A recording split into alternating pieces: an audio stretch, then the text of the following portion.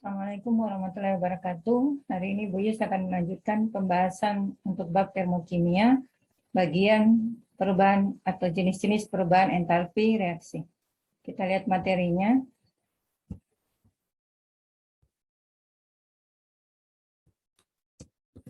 Di pertemuan sebelumnya, atau di video sebelumnya, Ibu Yus sudah menjelaskan tentang persamaan termokimia. Kita lanjutkan untuk jenis perubahan entalpi reaksi.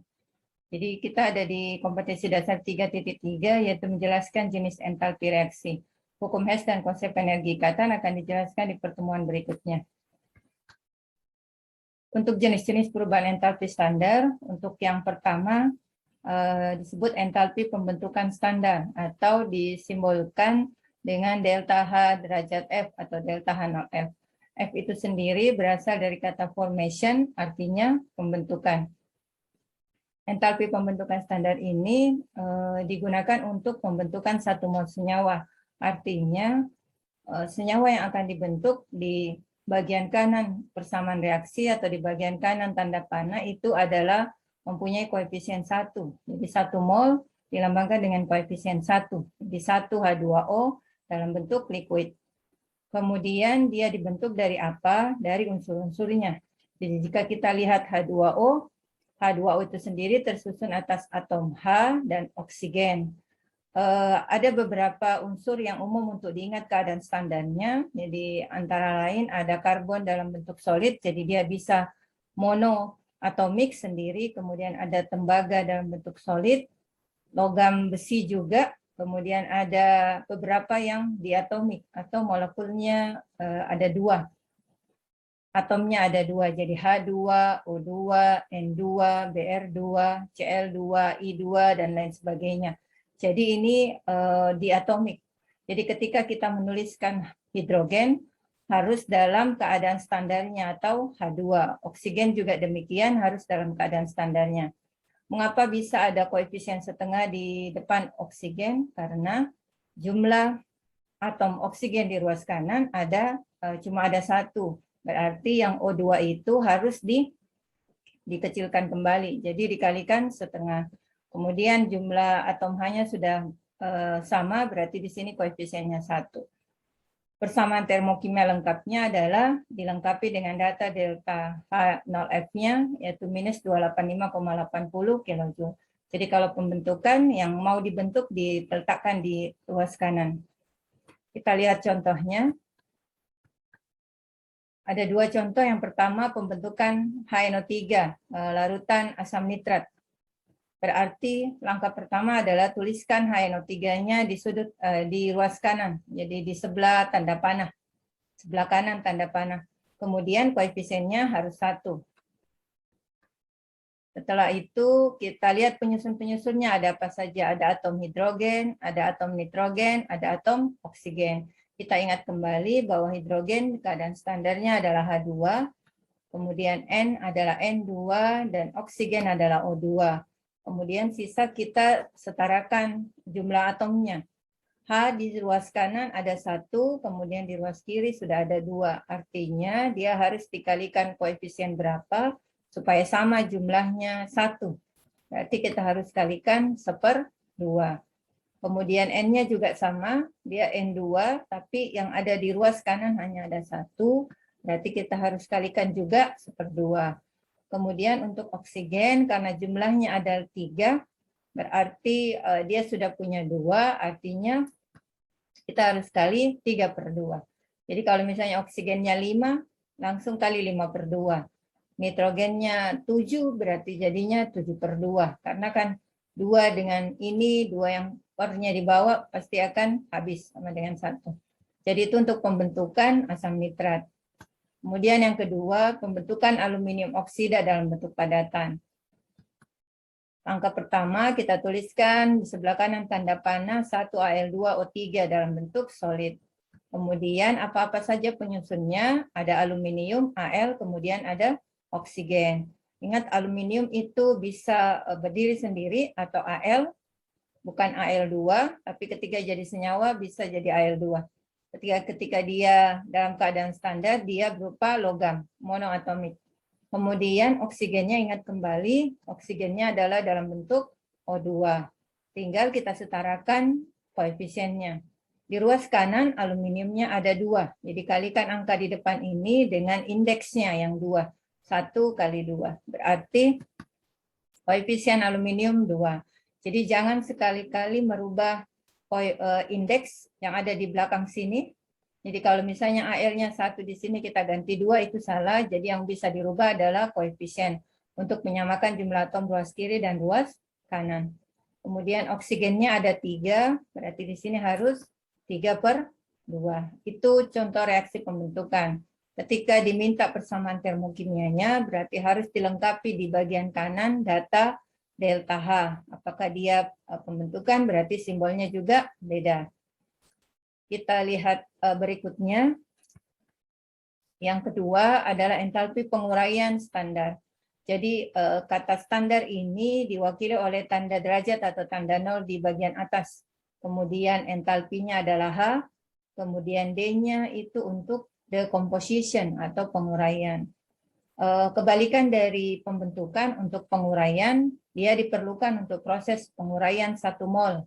Berarti yang di ruas kiri adalah 1 mol senyawa yang ingin diuraikan menjadi unsur-unsurnya. Jadi kebalikan dari pembentukan tadi.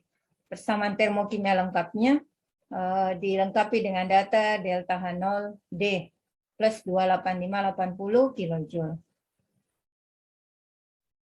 Kita lihat contohnya. Tuliskan reaksi penguraian HNO3. Jadi kebalikan dari pembentukan tadi, karena ini penguraian, berarti yang kita mulai adalah di ruas kiri. Kita tuliskan 1 HNO3 di ruas kiri, kemudian langsung tanda panah. Apa-apa saja penyusunnya, ada hidrogen, ada nitrogen, ada oksigen. Ingat H itu bentuk standarnya adalah H2, kemudian N-nya adalah N2, kemudian O-nya adalah O2. Kemudian kita setarakan persamaan reaksinya. Jadi H memerlukan setengah, kemudian N juga setengah, oksigen juga 1/2. Oh, oksigennya 3/2 karena jumlah oksigennya ada 3 di ruas kiri. Kemudian kita lihat penguraian Al2O3, berarti langkah pertama tuliskan Al2O3 di ruas kiri. Kemudian penyusun-penyusunnya ada apa saja, ada aluminium dan oksigen. Aluminiumnya jumlahnya ada 2, berarti koefisiennya diganti dengan 2. Kemudian oksigennya karena ada 3 di ruas kiri, berarti ruas kanan juga harus sama, dikalikan 3/2. Itu untuk contoh reaksi penguraian. Untuk yang ketiga, entalpi pembakaran standar, disimbolkan dengan C atau combustion. Untuk pembakaran itu sendiri, dia diletakkan di ruas kiri untuk senyawa yang akan dilakukan reaksi pembakaran. Dan dia harus 1 mol senyawa. Jadi kalau keadaan standar 1 mol. Kemudian kalau dibakar berarti perlu O2, gas O2. Hasilnya apa? Karena ini adalah pembakaran sempurna, hasilnya adalah CO2 dan H2O. Kemudian disetarakan. Untuk pelarutan sendiri, simbolnya adalah S atau solution, pelarutan. Ada juga yang mengistilahkan dengan solubility atau kelarutan. Jadi untuk di sini solution, pelarutan standar menyatakan kalor yang diperlukan atau dibebaskan untuk melarutkan 1 mol zat. Jadi yang mau dilarutkan zatnya adalah 1 mol. Artinya apa? Koefisiennya 1. Jadi 1 NaCl dalam bentuk padatan dirubah menjadi larutan NaCl. Delta H-nya plus 3,9 kJ. Jadi C untuk combustion, pembakaran, S-nya untuk solution atau pelarutan. Kemudian untuk entalpi yang kelima, yaitu perubahan entalpi netralisasi standar. Dari N netralisasi, jadi neutralization atau netralisasi. Apa itu yang dimaksud dengan entalpi netralisasi standar? Kalor yang dilepas untuk pembentukan 1 mol air. Jadi fokus kepada pembentukan 1 mol air.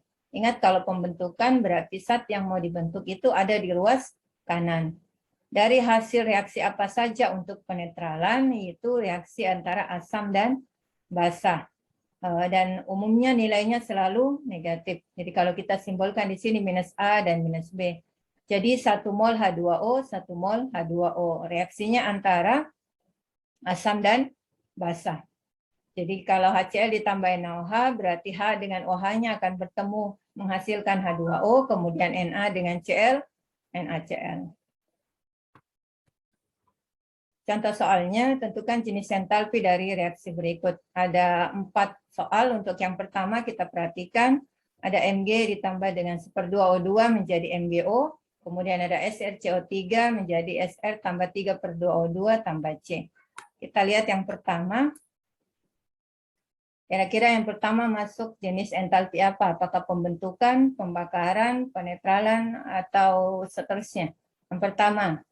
Yang pertama dimasuk entalpi pembentukan. Mengapa? Karena di ruas kanan ada 1 mol MgO yang akan dibentuk. Jadi dia masuk entalpi pembentukan standar dari unsur-unsur yang disusun. Jadi penyusunnya dari Mg dan O2. Jadi kalau dia tersusun dari senyawa tidak tergolong reaksi pembentukan. Kemudian yang kedua, kebalikannya penguraian, karena ada 1 mol senyawa yang diuraikan di ruas kiri menjadi penyusunnya. Ada Sr, ada O2, ada C. Ketika misalnya di ruas kanan yang dihasilkan adalah CO2, berarti dia tidak tergolong sebagai reaksi penguraian. Kemudian yang ketiga, kalau kita lihat ada H2O di ruas kanan, ada 1 mol. Ini adalah entalpi netralisasi standar. Jadi antara asam dan basa. HCOOH, asam format ditambah dengan KOH, kalium hidroksida.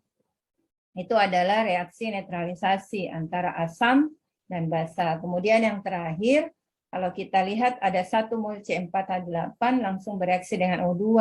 Artinya adalah reaksi atau entalpi pembakaran standar. Karena ada 1 mol senyawa yang dibakar menghasilkan CO2 dan H2O karena tergolong pembakaran yang sempurna. Sekian penjelasan dari Bu Yu, semoga bisa dipahami.